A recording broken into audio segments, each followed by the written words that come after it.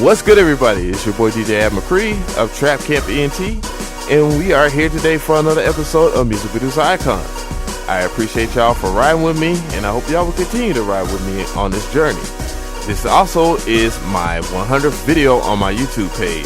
So let's celebrate, shall we? And we're going to celebrate by talking about the Neptunes. And this will be a two-part episode because I want to break it down into two different episodes, obviously, for special reasons. So let's get into it now. The Neptunes are an American production duo composed of Pharrell Williams and Chad Hugo, who are credited to contributing to the sound of many successful hip-hop and R&B and pop artists in the late 90s and early 2000s. The Neptunes' sound was very distinctive from the early beginnings, which they would be considered minimalist by their stripped-down electronic funk and Middle Eastern and Asian music sounds with percussions and woodwinds.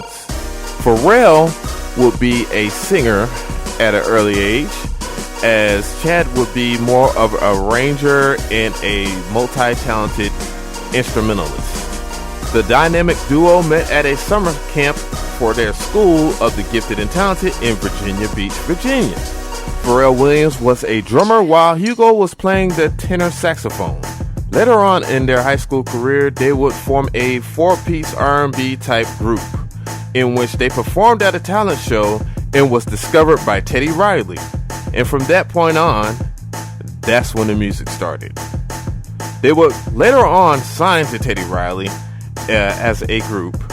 And then upon working with Teddy Riley, they worked on a mega hit at an early age, doing Records and Effects, Rump Shaker in 1992, which peaked at number 2 on the Hot 100.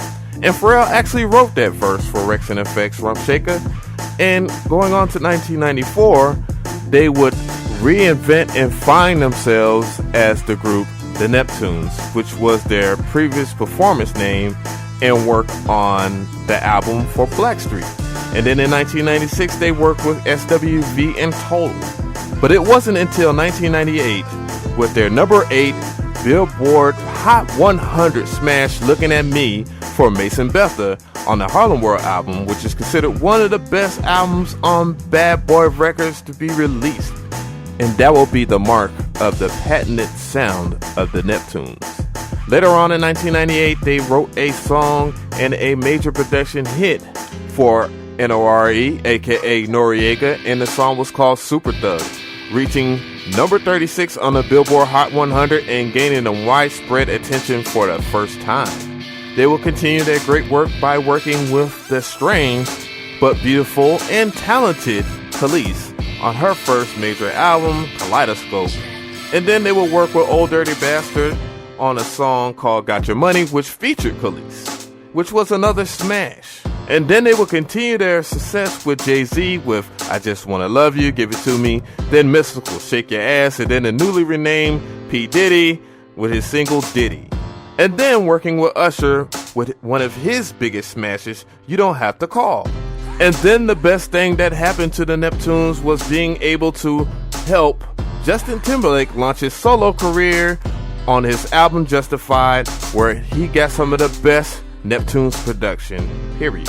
And in 2001, the Neptunes gained their first worldwide hit with Britney Spears' single, I'm a Slave for You, which reached number 1 in several countries in Europe and South America.